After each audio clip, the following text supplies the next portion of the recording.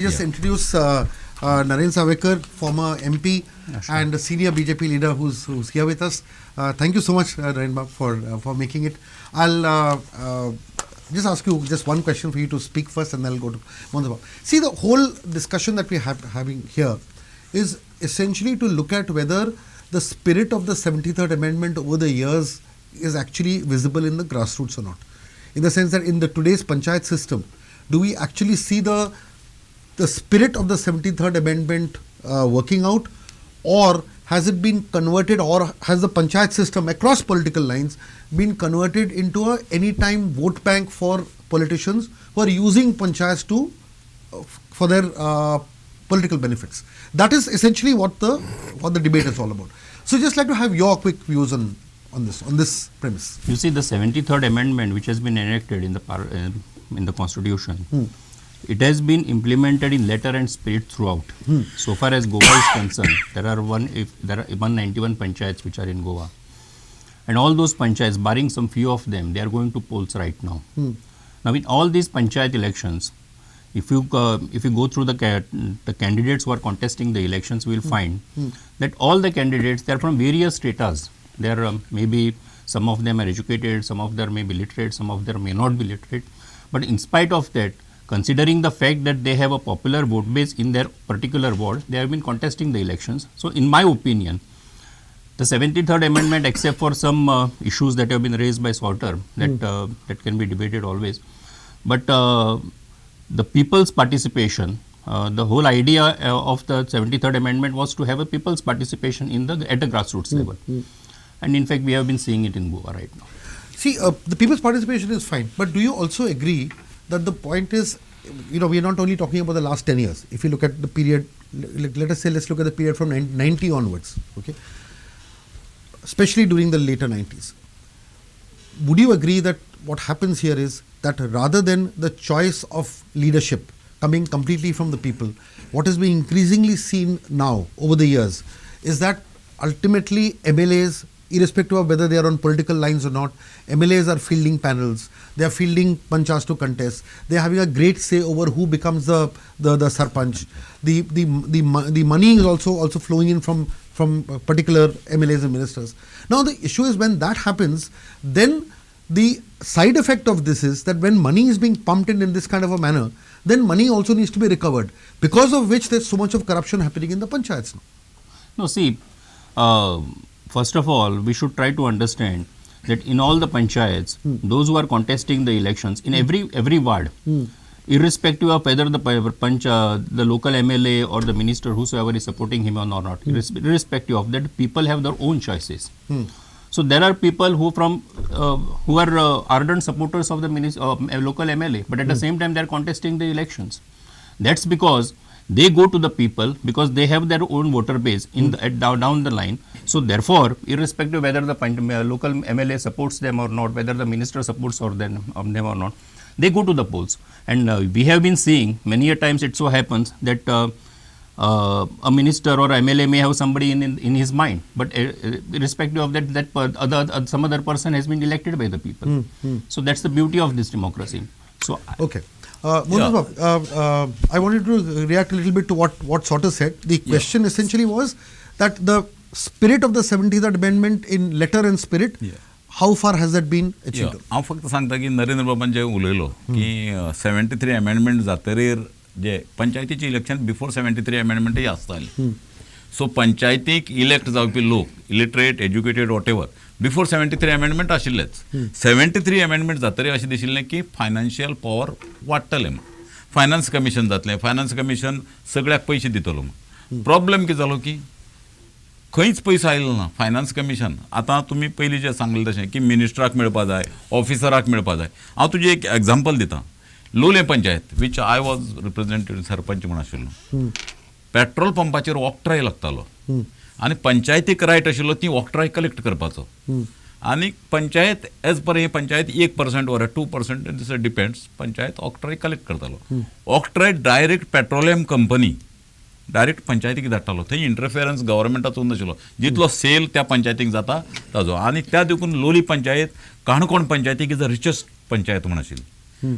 बीजेपीचें government येतरीर जेन्ना Manohar Parrikar chief minister जालो तेन्ना तो रायट काडून घेतलो आनी ताणें सांगलें सगळी पेट्रोलियम कंपनी की जो ऑक्ट्रय आहा तो तुमी पंचायतीक दिवपाचो ना तो आपल्या कडेन येवपाक जाय गव्हर्मेंटाक येवपाचो गव्हर्मेंट डिस्ट्रिब्यूट करतलो सो सेंट्रलायज परत हांगा स्टार्ट जालें जे 73 आनी 74 अमेंडमेंट म्हणटाले की power to the people power to the पंचास पॉवर टू द सरपंचा रिवर्स जालो की जो सेल्फ सफिशियंट पंचायत आशिल्ल्यो तांचो पॉवरच काडून घेतलो फायनान्शियल प्रॉब्लेम कितें की फायनान्शियल एक फावटी पॉवर काडून घेतलो की यू आर हँडिकॅप तुवें गव्हर्मेंटा कडेन पांय पडपाक जाय सेकंडली सांगता सुलभ टॉयलेट सुलभ शौचालय टॉयलेट सादें एग्जांपल सुलभ शौचालय MLA सायन मारले शिवाय BDO तुका पास करना सुलभ शौचालय टॉयलेट सो पंचान कितें करपाक जाय किंवा सरपंचान तें लिस्ट घेवन MLA म्हऱ्यान वचूं सो सेंट्रलायज हें परत centralise so every scheme like that only तूं खंयची हाजी स्कीम घे थंय MLAचो इंटरफिरन्स आसता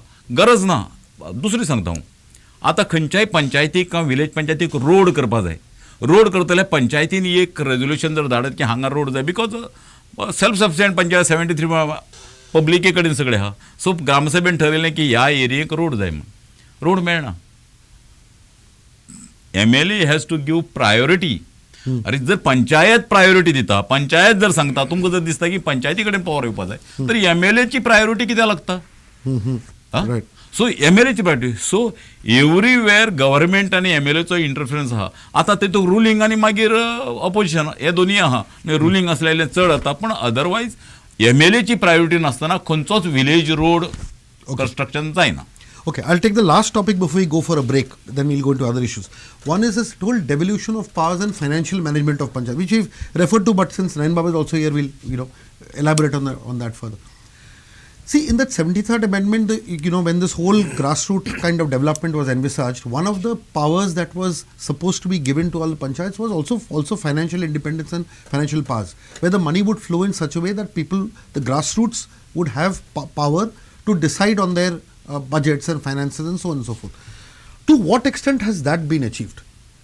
Taking off from what Mohandas Papi is saying, I'll ask Narendra Babu also the same question. It's in fact in a reverse order. Before 73rd amendment, as Mohandas Bab said very rightly, the panchayat had a wider options to decide about the taxation. Growingly, the options about deciding the taxation has become so limited, Right. And the panchayat is largely, or panchayats are largely compelled to depend on the state and the center schemes. That should not happen, because when for financial reasons you are depending on some other system, then you also compromise with your kind of freedom which one system should have. And that today we see that panchayat is a system of not of the gram sabha or people of the panchayat. Panchayat is a system of the implementing only the government schemes, and therefore since the flow of government schemes and the flow of big projects have come into the panchayat area, the quality of the governance and quality of the panchayat is also deteriorated a lot. So in that manner, that is also defeated. But I have 2-3 other issues. See what was the main mandate of the 73rd amendment? The first amendment was to have election at every 5 years, and that is every time the state government is compromising with that. Second amendment was, which was the very revolutionary in the Indian history, of empowering the women by giving them at least 33% of reservation. It never happened in the whole history of India, which happened in the 73rd amendment. But today you see what kind of empowerment has taken place among the women folk in Goa. In state assembly, you hardly find 1 or 2 women, and how they come to the state assembly, that's we all know. If the women were really empowered, what was the objective of the 73rd amendment, through village panchayat, today we could have seen a different kind of gender equality or gender empowerment in the state like Goa, which is not happening. And what we find, very ugly scenario we find in panchayat, it is not the woman who is ruling on the sarpanch post or panch post. her role is played by the husband. That is the insult to the constitution, insult to the cultural right of the women. I remember in North India there is this whole term called Panchayat Pati. Panchayat Pati, yeah. They call SP in Gujarat. Yes. SP means Sarpanch Pati. Yes. Sarpanch Pati. This is very, very sad in a state like Goa. Third was, also the empowering scheduled castes and scheduled tribes through the political process in panchayats. Just by giving numbers does not give empowerment. Okay. I think Goa had a possibility and still have a possibility of becoming a quite an ideal state in terms of empowering the women and scheduled castes and scheduled tribes. These were the main things. Okay. Last one was the Finance Commission. Yes. And so far, I think 2 Finance Commission came in, was there for Panchayati Raj, and I don't have information. I think whatever information I have, government has not yet accepted the recommendation of the Finance Commission. Okay. And Finance Commission is a part of the 73rd Amendment. It has nothing to do with the formation of the states. Okay, I'll just get Narendra Babu to them. A couple of questions. One is this whole devolution of financial power. See, you have the MP lad scheme, you have the MLA scheme, and a lot of this money is also utilized in the panchayat areas, as you would know very well. My point is, do the panchayats have the right to prepare their own budgets, generate their own income? My issue is that ultimately grassroots development would mean that they become financially sufficient. A, where do you feel success has been achieved, and where do you feel there's a big gap that needs to be filled? See, so far as the devolution of powers is concerned, financial powers is concerned, we may have our own opinion about it, because as Sauter said, or as Mohandas also said, he being the Sarpanch also of a local panchayat down there. So far as the finance, see, Goa is a very small state. You have the panchayats wherein the population is around 16,000, and wherein there are panchayats wherein the population is around 4,000, 5,000 also. Like if I can mention Kelchi Panchayat in Kortalim constituency, right? Wherein the population is around 1,800. Now, except for some part of the IDC down there, IDC in Verna, except for that, they don't have any other power so far as the financial powers is concerned. Now, there was so therefore, when we think about the financial powers, now he said that octroi was taken away from the panchayats. Now, let me put it like this. See, octroi was collected by the panchayats and the panchayats were utilizing it. Now, the government then, in its own wisdom, thought that let it come to the central pool, and from then they will give it to the panchayats. Now, this is one part of it. But so far as the panchayats are concerned, now they prepare their own budget, they prepare their own estimates. Now, the issue that was raised by him was, no, you have to, for every time you have to run to the, you have to knock the doors of the local MLA or the minister and take his priority. Now, when panchayat sits, they prepare so many plans, because those panchayat members also, they have their own priorities. So, they may say, anga rasto jai, thai rasto jai, ye jai, te jai, te jai. But at the same time, when all these things are taken into consideration, you find that there are some priorities which are required to be done first, and then everything will follow later. So, in that case also, you require the support of the government. That's the reason why these people, they have to be in good books with or otherwise they have to approach the MLAs or the concerned ministers. So, in my opinion, if you see that the Finance Commission, we say that no, the financial power should be devolved to the local panchayats. That is fine, but at the same time, we should also take into consideration their financial capacity, their financial availability, or whatever the revenue that is available for each panchayat. आणि आम्ही जर गोंयचो विचार करीत मोहनदास बाब, तुवें जर पळयला आसतलें की कांय पंचायतींनी तर परिस्थिती अशी आसा की तुका जर सपोर्ट करून ती पंचायत रन करप सुद्दां कठीण आसा. सो 191 पंचायती भितर अश्यो कांय पंचायत आसतल्यो की ज्या पंचायतींनी हें करप. सो देरफॉर हें सगळें एका हेजेर हाडपा खातीरूच खरें म्हणजे हो विशय तेन्ना सरकारान त्याच्या संदर्भांतलो डिसिजन घेतिल्लो. सो म्हजें मत अशें आसा की गोंयचो आमी जर विचार करीत जाल्यार गोंयान खरें म्हणजे आतां कलान बाबान सांगलें एक गजाल. Let me just put it out. I am not reacting to what he said, but I am just saying की सरपंच पति you said, na, SP or whatever it is. But you must have realized in Rajasthan, there are, I have come across this was published in the newspapers also, की थोड्यांनी थंयचो आपलो बरो फॉरेनांतलो job सोडून कोणी IAS कोणी IPS job सोडून सुद्दां सरपंच म्हणून लोकल थंय त्यांनी आपले हें केल्लें आसा आनी काम करतात. गोंयान सुद्दां there are some panchayats wherein those ladies, they have to come forward and they have no, we don't want this bar, we don't want these illegalities to go in our panchayat. That is what they have done. So therefore, we can't say no. Since the powers have been given, since the Mahilas get elected, so therefore their husbands they run the panchayat or manage the panchayat affairs. So that is wrong to say that. But it's been happening, isn't it? Yeah, Sure. Also, just correct. Yeah. Because Sawaikar Bab has said that IDC in KLC in 2001, all the industrial estates have been removed from the purview of the panchayats. So there also their finances were chopped, and there was a strong reaction from Kortalim panchayat and all that. So also till today, as per the 73rd amendment, every district has to have district development plans. Okay, district planning commissions have been appointed, but there are no district plans till today. Okay, and a district plan means no DDPs, district development. District development plans. Yes. Till today, nothing. This is there. Another thing is, but I think that issue is also before the High Court. If I'm no, not wrong. no, nothing is before the High Court. It was. It was. There is before the High Court because they are killing flies there. So they were saying that give us work. I don't know, Yeah. but that So issue came up. that is the thing. They are gone saying that give us the powers to make the plans. Okay, and everywhere the government has put parallel this thing. And initially even the building regulations to 1975, 72 were applicable. In 2010 they have removed that and given all the building powers to the TCP.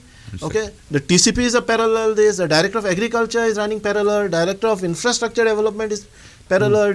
So everything 29 which come with the 29 powers are at the mercy of the directorates which are under the control of the quick point before I ministers. take a break. See, the thing is, the issue at hand. Let's look at the issue at hand and the solution that we can do. See, the issue at hand is that can we give budgets to different panchayats? Let them come up with the amount that they need. Let a proper budgetary plan happen. Let them run like an assembly or a parliament or whatever. Let them be masters of their own financial planning, and amount can be given directly by the state government straight to every panchayat, and let them run their affairs the way they want. If that happens, then they can be empowered to do their nala work, to do their greenery and seed spraying and so on and so forth, and that gives them actual empowerment. I mean, my issue is that why aren't political dispensations across political lines thinking about this? Quick word from you, and then we'll take a break. No, I think so far as that is concerned, it would since I hold a position in the government as an NRI commissioner and there is model code of conduct, I won't say that anything. I don't want to add anything to that. But I think. But you don't disagree with what I'm saying. See, what I'm saying is. Across the political lines, irrespective whichever political party comes to power, irrespective, they should sit together and they should all the minds should meet together and they should decide this is what should be done, this should not be done. Right. Now, when we blame X, at the same time we should also blame Y, because irrespective whether A is in power or B is in power, it has been the same thing, right? So therefore, the very, in my opinion, the crux of the matter is, since Goa is a very small place and a very small state, so that's the reason why at the same time the 15 lakh population, 10 lakh voters, and every panchayat has got a voter base of around some thousands in numbers. Yes. So therefore, in some cases you feel that there is a parallel administration which is going on. One. Secondly, but at the same time, I think Sauter should also agree with this. The powers, since the people are aware of their own powers at the panchayat level, now all the gram sabhas or otherwise in the panchayat meetings which are being held, therein the people's participation, one can't deny the fact that there is no people's participation, there is people's participation down the line. So therefore the people are aware of their powers and the rights also. So we should in fact appreciate that the 73rd amendment, so far as Goa is concerned, has been brought into force and the people are in fact, the powers are slowly being devolved upon the panchayats. There are couple of stats that I'd like to share with you. See, what happens is that if you see the Kerala government, interestingly, the Kerala government allots 40% of its budget to local bodies without any questions. As soon as the budget is done, 40% of the state's finances go straight to local bodies to spend. That is one interesting and a good example. Secondly, if you see Karnataka has devolved all 29 powers to panchayats as mandated completely. Interestingly, Bihar, Pondicherry and Goa were three states which had not given any of the 29 powers to its panchayats. Bihar and Pondicherry have rectified it. Goa just remains. So don't you think that it is a matter of regret and probably shame that Goa is languishing behind as far as devolution of powers is concerned? No, I won't say that. See, with all disrespect, due respect to the 73rd amendment to the Constitution, Government of Goa, irrespective of all the parties, in fact, has been cooperating all the panchayats throughout. Now, the devolution of powers is concerned, as I said it in the earlier segment also. Considering Goa as a state, see, Goa is a very small state. Now, therein, every government which comes to power, they try to devolve the powers to every panchayat. Now, slowly it has been happening. So, therefore, I won't say that this is not happening in our state. So, whether it's Bihar or Pondicherry or whichever the state it is.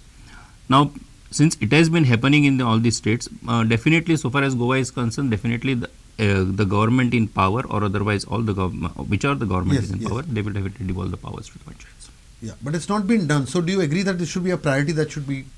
Yeah, it should be a priority, and I think it should happen, and it will happen. Okay, so see, this is one aspect. The other issue because since you need to go, I'm just running through the questions with you. Two quick things. I want to talk about corruption and I want to talk about the role of the Gram Sabha. See, the issue is that if you see Goa is one state where where our Gram Sabhas are extremely active. People are passionate about getting into Gram Sabhas. Gram Sabhas passed several resolutions. A lot of those resolutions don't ultimately see the they see the light of day, but the desired impact of the resolutions may not happen all the time. I mean, in the sense that if you look at so many resolutions passed by so many panchayats against double tracking, but ultimately double tracking has not stopped. Though the issue is that some impact has also happened. The Supreme Court has taken cognizance of it and so on and so forth. But the point is, what can we do further to ensure that Gram Sabha resolutions and Gram Sabha mandates and the will of the people is reflected or taken up by the political dispensation so that the voice of the people is completely heard?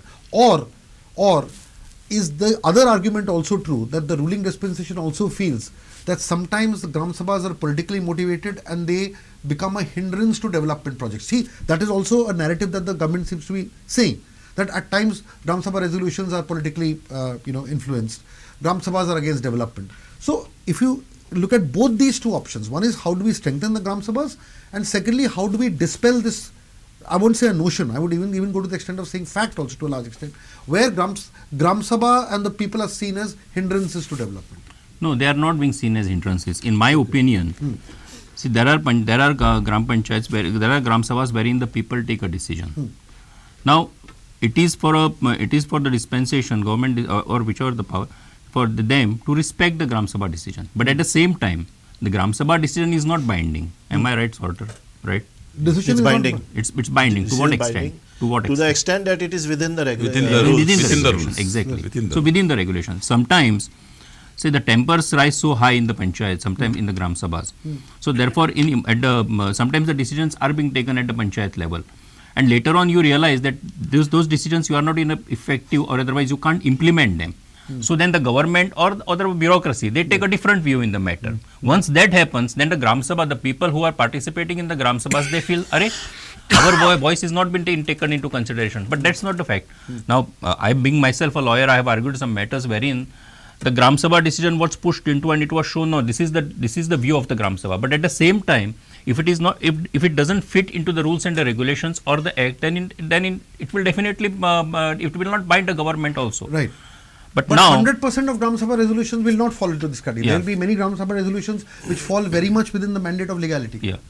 No, but see, at the same time, there are some Gram Sabha decisions. I don't remember it, but wherein the Gram Sabha decisions have been respected by the bureaucracy or otherwise the government also. Government was made to respect that decision. So this has happened. So therefore, now illegalities. So far as the illegalities which you are talking about. Illegalities, why only in panchayats? Everywhere. So there are illegalities, one should admit it. But at the same time, because of those illegalities, one doesn't want to, every Gram Sabha, one should not say that every panchayat member, he wants to do an illegality or otherwise he wants to regularize the irregularity. That's not the case. So the case is that there are issues wherein the people have concern about some illegalities happening in the panchayat. Right. Now, either they should be regularized or otherwise they should be rectified or otherwise the action should be taken in those cases. So this has been happening. This has been happening in many of the panchayats. So I will not say that the Gram Sabha decisions or the decisions of the panchayats are not being respected or they are not being adhered to by the government. This is what I would like to say. Okay, just one quick question before I let you go. And I have to look into the whole aspect of corruption. See, what happens is when people talk about Goa, unfortunately, every builder or every contractor or every mega project person, they are now factoring in bribes to be paid to panchayats as part of their project costs. It is very clear that if you have to get this thing cleared, this is the amount that has to be paid to the panchayat. This is the fixed rate for NOCs. And it is so rampant that we are not even talking about this behind closed doors. It is absolutely open, and it's right in the open. My issue is, now obviously this kind of corruption cannot happen unless this corruption is either blessed or tacitly approved by the powers that be. And it could be anybody. It can happen under I'm not saying the people in the Congress were saints. I'm saying that across all political parties, this corruption of the panchayats has happened in such a way that the panchayat system in Goa itself has got a bad name. So what happens is that people are actually contesting panchayat elections to make money. If you see the richness in the in some of the panchayats in Goa, you'll be appalled. You have panchayats and sarpanchas who are buying Audi cars, who are buying Mercedes cars. Where does this wealth come from overnight? No, sorry, I won't say that because these panchas, they contest the elections to make money. I won't say that because there are panchas. See, because if suppose every exception doesn't prove the rule. Yeah. There are panchas. Now Mohandas himself was a panchayat member. He himself was a sarpanch. But he is the exception. No, he is an exception. But at the same time, I would say there are many people like him, wherein they participate. Now see, the people who are elected for 4 times, 5 times, 6 times, are they elected because they want to make money? No, because those people, they have faith and trust in those their representatives. So therefore, see, I won't say, because in some cases, even you come across the situations wherein they say that no, because this project has been stalled because so and so X person has not been, whatever it is. But this is not the case in every panchayat. There are people who are good and who really want to work hard for the development of their panchayat. So therefore, now that I have seen the panchayats, I can name some panchayats also, wherein they still cycle gyan bauta mare azu. Asa. So. No, but if I could just sing on this. See, wherever real estate boom is there, those panchayats are finished. Now you may talk about that is difficult to disagree with this. Kanokana and all those areas. Yes, there are very good sarpanches who are still cycling and all. Means, they are down to us. Correct. Their situation will come, but the entire coastal belt where real estate is boom is there. There I think you cannot defend that there is no corruption. In fact, the whole panchayats are formed basically on that basis only. That it is up to them. It is their wisdom, in fact, how they elect the people. And it doesn't match the assets of the. I have seen people who are paupers. Assets. You will know, Sawaikar Bab. People who are paupers. Okay, after just one term as sarpanch. Okay, they are some just the opposite. So how that money came, Okay, I'll take your leave. Thank you so much for being a part of this debate. I just wish that you could have continued a little longer, but never mind. Next time. There is always next time. Yeah, but thank you for all your views and the facts that you presented, and we'll carry on discussing more points. Thank you.